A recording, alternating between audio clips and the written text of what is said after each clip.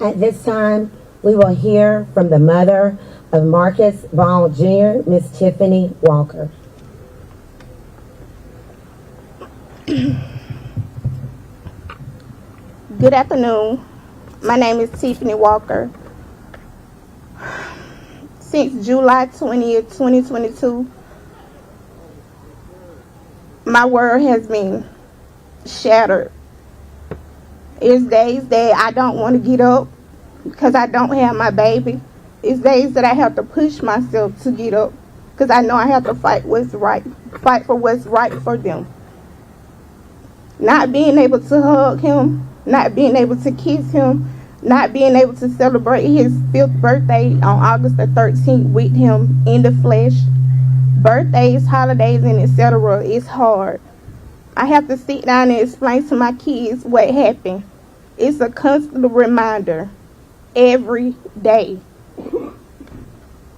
The bond that Markaylee and Marcus shared, I can't even describe it. When we go visit him at the graveyard, she always asking, why we can't bring daddy back with us?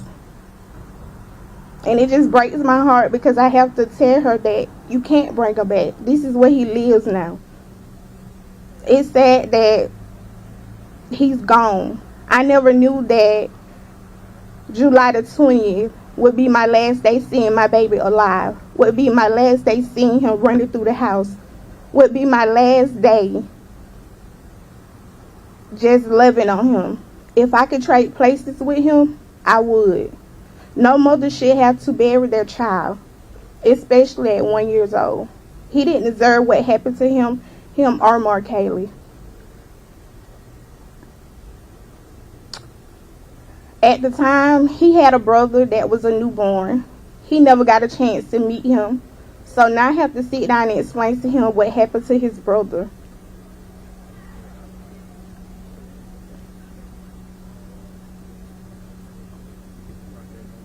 It's hard.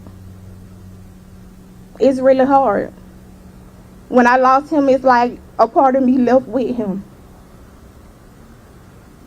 It's days I want to just go sit to his grave and just cry my eyes out. It's days I ask God, why? Why my baby? Life is so unfair. He was here one day and gone in the same day.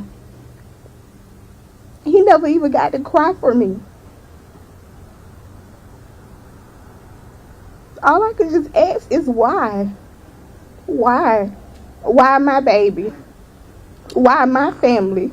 We didn't do anything to anyone. We didn't deserve what we're going through. Losing a child is hard, especially the way I lost him. Never in a million years I would have thought I would be standing here today sharing how this impacted our family. But as his mother, I kept my head high. I fought for what was right for my children because at the end of the day, they deserve justice.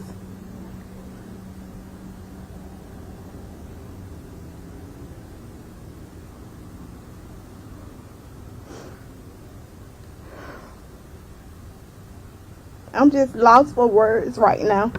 I really don't even know what to say. My heart is in a million pieces. I can still hear myself screaming in my head the same way I was screaming on July the 20th.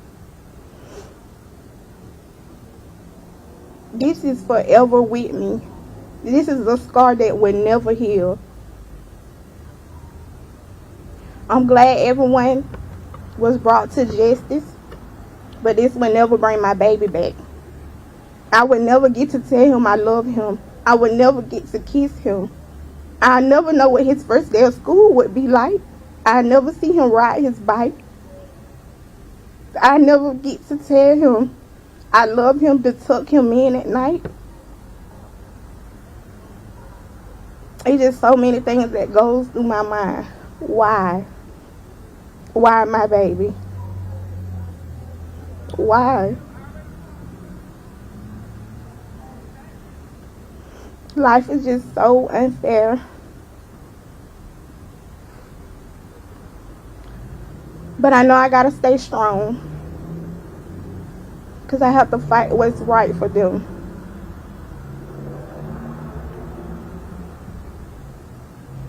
Marcus Ball Jr. and Montavious Raines Jr. represent the future our community lost to senseless violence.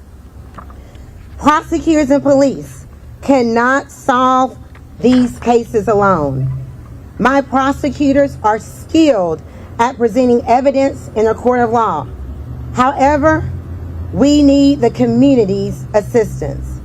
When shots ring out in apartment complexes, someone always sees something.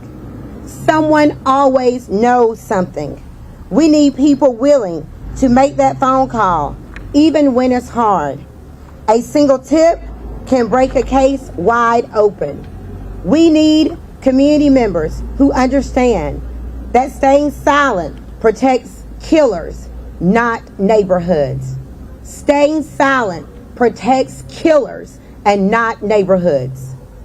The difference between justice and impunity often comes down to whether witnesses choose courage over fear.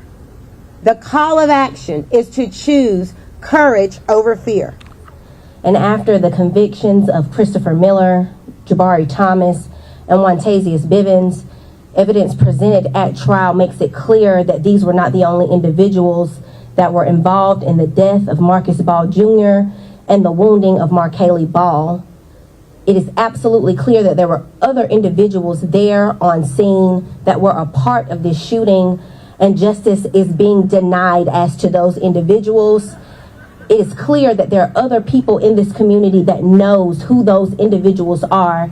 And I am asking, as a servant of this community, that you put your courage over the fear that you may feel and come forward and give us a statement so that we can show not only this family but this community that we will not bow to fear and we will not bow to violence of any kind.